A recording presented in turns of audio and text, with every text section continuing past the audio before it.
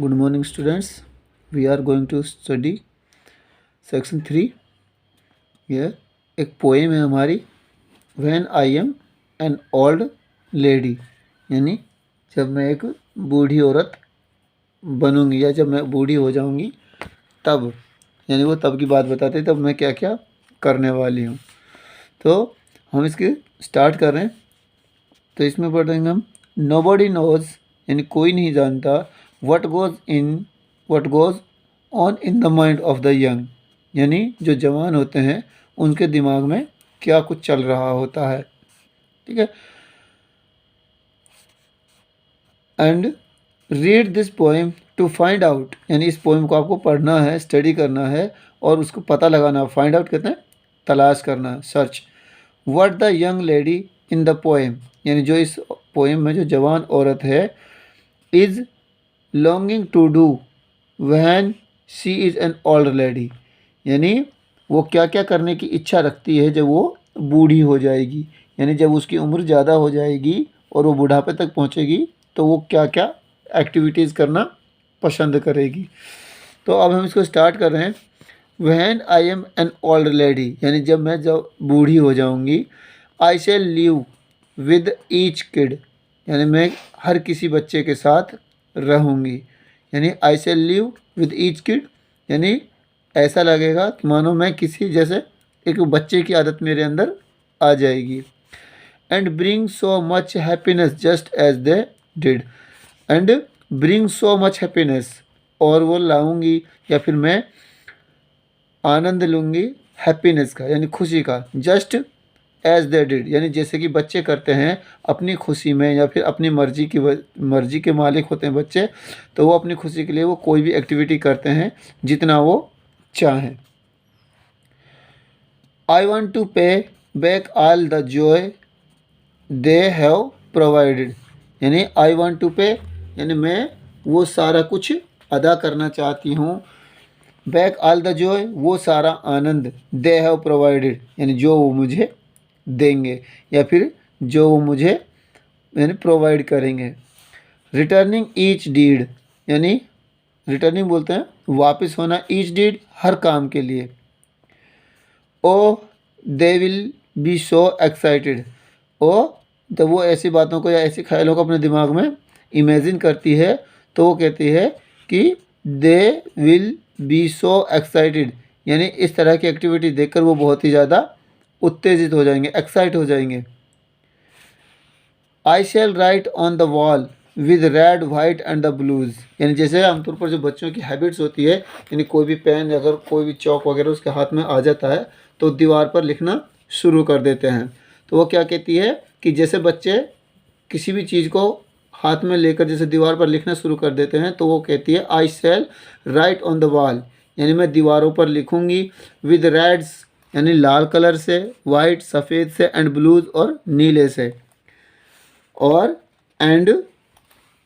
Bounce on the furniture, यानी जैसे आमतौर पर बच्चों की हैबिट्स होती हैं कि वो एक्टिविटी करते हैं यानी घर में उछल कूद करते हैं, तो वो कहती है जब मैं बूढ़ी हो जाऊंगी तो मैं भी वही एक्टिविटीज़ करूंगी। And bounce on the furniture, यानी मैं अपने फर्नीचर पर कूदूंगी, उछलूंगी। वियरिंग माई शूज, यानी अपने जूतों को पहनकर, यानी जैसे बच्चों को कोई भी चीज़ है यानी उसको अच्छे की बुरे की यानी और सही की और गलत की पहचान नहीं होती है, तो वो ऐसे बोलती है कि जैसे कि बच्चे आमतौर पर फर्श पर, सोफ़ों पर या बेड पर उछलते हैं, उन्हें यह नहीं पता कि ये गंदे हो जाएंगे तो अपने जूतों समेत उस पर चढ़ जाते हैं और उछल कूद करना शुरू कर देते हैं। तो यही ये औरत है, ये कहती है कि मैं अपने उस फर्नीचर पर उछलूंगी, वेयरिंग माई शूज, अपने जूतों को पहनने हुए। I shall drink from the carton and then leave it out, यानी वो कहते हैं I shall drink from the carton, यानी मैं जैसे बच्चे की आदत होती है कि कुछ चीज़ ली, आधी अधूरी खाई या पी और उसको फेंक दिया, तो I shall drink from the carton and then leave it out, यानी और उसको फिर मैं छोड़ दूंगी, यानी उसको ख़राब कर दूंगी या फिर उसको बेकार कर दूंगी। I shall stuff all the toilets and oh how they will shout, यानी वो कहते हैं I shall stuff all the toilets, यानी मैं सारी टॉयलेट्स को गंदा कर दूंगी या उसको ख़राब कर दूंगी। And oh how they will shout, यानी जब मैं ऐसी हरकतें करूँगी या फिर ऐसी एक्टिविटीज़ करूँगी तो वो कितना चिल्लाएंगे। यानी कौन, यानी उसके जो बड़े हैं, यानी वो कहते हैं कि मैं बच्चों वाली हरकत करूँगी, यानी वो सोचते हैं कि अभी मैं बच्ची हूँ। जब मैं बच्चों वाली हरकत करूँगी तो जो मेरे बड़े हैं वो मुझे किस तरह से डांटेंगे, यानी किस तरह से वो मेरे ऊपर चिल्लाएंगे। When they are on the phone, यानी जब वो फ़ोन पर बात कर रहे होंगे, and just out of reach, यानी जब वो उसकी पहुंच से दूर होंगी, यानी when they are on the phone and just out of reach, यानी और जब फ़ोन जैसे नॉट रीचेबल बोलता है तो क्या कहते हैं, I shall get into things like sugar and the bleach, यानी जैसे कि अपने जो बड़े होते हैं वो ध्यान रखते हैं कि कब हमारे जो बड़े हैं, माता पिता हैं या फिर ब्रदर्स एंड सिस्टर्स हैं, एल्डर, वो किसी काम में व्यस्त हो जाएं तो वो जो बच्चे हैं वो शरारत करने में करना शुरू कर देते हैं। तो कहते हैं when they are on the phone and just out of reach, यानी जब वो फ़ोन पर लग जाते हैं या फ़ोन पर बातें करते हैं तो हम उसकी पहुंच से दूर हो जाते हैं, क्योंकि अगर फ़ोन पे बातें करेंगे तो वो बच्चों को नहीं पकड़ पाएंगे, नहीं उनको सजा दे पाएंगे। तो फ़ोन पे बात करने की वजह से वो उसमें इंगेज हो जाएंगे और हम अपनी मर्ज़ी के मालिक हो जाएंगे। तो कहते हैं I shall get into things like sugar and the bleach, यानी और मैं चीज़ों को मिला देती हूँ या फिर मैं उनको एक दूसरे में ख़राब कर देती हूँ। आई शैल गेट इनटू थिंग्स, यानी मैं वस्तुओं को ख़राब करने में या उनको इधर उधर रखने में व्यस्त हो जाती हूँ। Like sugar and the bleach, यानी जैसे शुगर होती है या फिर ब्लीच होती है, यानी कोई भी चीज़ है। Oh they will snap their fingers and then shake their head, यानी oh they will snap their fingers, यानी जैसे बच्चों के आमतौर पर हैबिट होती है कोई भी चीज़ में वो तुरंत हाथ दे देते हैं। जब उसकी जो फिंगर्स हैं, उंगलियों में वो चीज़ लग जाती है तो वो क्या करते हैं, and then shake their head, और उन चीज़ को या अपने हाथों को वो अपने सर के ऊपर पूंछ लेते हैं, बालों में उसको साफ कर लेते हैं। And when that is done, और जब कुछ ऐसा हो जाता है या फिर कोई भी हरकत या कोई भी एक्टिविटी गलत हो जाती है या कोई नुकसान हो जाता है तो I shall hide under the bed, यानी तो अगर मेरे से कोई चीज़ गलत हो जाएगी या फिर मेरे से कोई भी गलती हो जाएगी तो I shall hide under the bed, यानी मैं बेड के नीचे छुप जाऊंगी। When they cook dinner and call me to eat, यानी जब वो खाना बना लेंगे, यानी डिनर बोलते हैं रात का जो भोजन होता है, तो when they cook dinner and call me to eat, और जब वो जो मुझे खाने के लिए बुलाएंगे तो I shall not eat my green beans, और सलाद और मीट, तो वो क्या कहेगी, I shall not eat my green beans, यानी मैं अपनी उस हरी सब्जी को, या बीन बोलते हैं सेम की जो फलियां होती हैं उनको, तो I shall not eat my green beans और सलाद, यानी मैं अपने उन फलियों, सेम की जो फलियां होती हैं उनको भी नहीं खाऊंगी, ना ही सलाद खाऊंगी और ना ही मीट को खाऊंगी। आई शैल गैग ऑन माई ओकरा spill milk on the table, यानी आई शैल गैग ऑन माई ओकरा, यानी गैग बोलते हैं कि किसी चीज़ को देखकर जी मत लाना,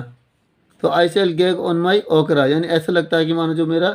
ओकरा का जो ट्री है उसमें से अजीब सी स्मेल आती है, तो ऐसा लगता था कि मानो उसकी स्मेल मेरे अंदर मौजूद है, तो मुझे कुछ उल्टी करने का जी चाह रहा है। और उसके बाद वो क्या कहती है, spill milk on the table, और जो दूध का जो गिलास है या दूध उस जिस बर्तन में रखा हुआ था तो उसको मेज पर वो गिराने के लिए तैयार रहती है। तो and when they get angry, यानी और इन हरकतों को जब मैं करूँगी तो वो जब गुस्से होंगे तो फिर मैं क्या करूँगी, आई शैल रन, यानी मैं भाग जाऊँगी, इफ़ आई एम एबल, यदि मैं योग्य हुई। तो कहने का मतलब है अगर मुझे मौका मिलता, मुझे चांस मिलता ऐसी एक्टिविटी करने के बाद, तो मैं वहाँ से भाग जाऊँगी। I shall sit down to the TV, यानी I sit close to the TV, यानी मैं बिल्कुल टीवी के पास बैठ जाऊँगी, बैठूँगी। Through the channels I shall click, यानी और बहुत सारे चैनल्स हैं जिनको मैं क्लिक करूँगी, इनको चैनलों को बदलती रहूँगी। I shall cross both eyes just to see if they stick, यानी वो कहते हैं अगर I shall cross both eyes, यानी मैं उनको धोखा दूंगी, यानी क्रॉस बोथ आइज का मतलब होता है यानी छुप कर कोई काम करना है। तो I shall cross both eyes just to see if they stick, यदि मैं उनके सामने से चुपचाप निकल जाऊंगी ताकि वो मुझे कुछ कह ना सके या फिर मुझे वो छड़ी ना मार सके। I shall take off my socks, यानी उसके बाद वो क्या कहती है कि मैं अपने जो जुराबों को उतारूंगी एंड थ्रो वन अवे, और एक को वहीं पर रख कर दूसरे को दूर फेंक दूंगी। And play in the mud till the end of the day, यानी इस तरह से मैं अपने जो सॉक्स को उतार कर फेंकने के बाद, जैसे आमतौर पर बच्चे स्कूल से आते हैं तो अपना बैग एक तरफ रखा, कपड़े उतार कर कपड़े चेंज कर कर तुरंत बाहर यानी खेलने के लिए भाग जाते हैं। तो उसके बाद ऐसे ही वो कहती है कि I shall take off my socks, यानी मैं अपने जुराबों को उतारूंगी and throw a one away, और एक को दूर फेंक दूंगी। And play in the mud, और कीचड़ में मैं खेलूंगी till the end of the day, यानी जब तक दिन ख़त्म नहीं हो जाता जब तक मैं उस कीचड़ में खेलती ही रहूँगी। एंड लेटर इन बेड, और उसके बाद मैं बेड पर आ जाऊँगी, यानी बिस्तर पर मैं आ जाऊँगी। I shell lie back and Sai, यानी मैं उस बिस्तर पर लेट कर, यानी आई शैल लाई बैक, यानी मैं उसको उल्टा लेट कर, यानी कमर के बल, एंड साइड, साइड बोलते हैं आह भरना, यानी ए लॉन्ग, यानी एक लंबा राहत का सांस, यानी लॉन्ग रिलीफ साइज। आई शैल थैंक गॉड, यानी मैं खुदा का शुक्रिया अदा करूँगी इन प्रेयर, प्रार्थना में। And then close my eyes, और उसके बाद मैं अपनी आँखों को क्लोज कर लूँगी। My kids will look down with a smile slowly creeping, यानी वो कहते हैं कि जो मेरे बच्चे हैं will look down with a smile, यानी मेरी ओर मुस्कुरा कर देखेंगे। स्लोली, धीरे से, क्रीपिंग, यानी क्रीपिंग बोलते हैं कि कमरे में या किसी की जगह पर आराम से जाना, यानी दबे पाँव जाना बिना आवाज़ के। यानी जब वो मेरे कमरे में आएंगे और मुझे देखेंगे तो वो बहुत ही अच्छी स्माइल के साथ वो ऐसा महसूस करेंगे कि ये हमारी माँ है। एंड से with A grown she is so sweet when she is sleeping, यानी और वो ये बात करेंगे या फिर वो ऐसा मानेंगे कि ये सोती हुई कितनी अच्छी लगती है, यानी ये कितनी सुंदर है, क्यूट है। तो ये आज हमारी जो पोएम है वो कंप्लीट हो गई, और इसकी जो पोएटस है यानी जॉन बेली बैक्स्टर,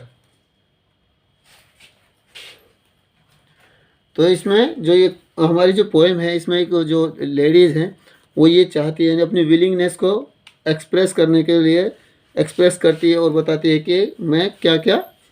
करना पसंद करूँगी। तो इसकी जो लेखिका है यानी जो इसकी पोइटेस है जॉनी बेली बैक्स्टर, तो इसके बारे में हम थोड़ा सा एक्सप्लेन करते हैं। She is a poet who has written many poems including a dream comes true and mother on mother's day, यानी वो कहते हैं शी इज ए पोइट, यानी वो एक ऐसी पोइट है who has written many poems, यानी उसने बहुत सारी कविताएं लिखी हैं, इंक्लूडिंग, जिनमें ये शामिल हैं, कौन कौन सी हैं, ए ड्रीम कम ट्रू, यानी एक सपना सच होता है, and mother on mother's day, यानी माँ मातृ तो डे, यानी जो मदर्स डे होता है उसके दिन जो माँ की जो अहम भूमिका होती है वो, and her writings display her acute understanding of the young minds, यानी जितनी भी उसकी राइटिंग्स हैं यानी उसके जो लेख हैं या पोएम्स हैं उसमें जो उसकी अंडरस्टैंडिंग्स हैं यानी जो उसकी समझदारी है ऑफ द यंग माइंड्स, यानी जवान जो दिमाग होते हैं यानी उसको किस तरह से समझा जाता है या फिर उसको किस तरह से हैंडल किया जाता है, तो वो उसको अच्छी तरह से समझती है और उसको अपनी पोएम्स में अच्छी तरह से एक्सप्रेस भी वो कर लेती है। तो डियर स्टूडेंट्स आपको इसको रिस्टडी करना है अच्छे से, ठीक है ना।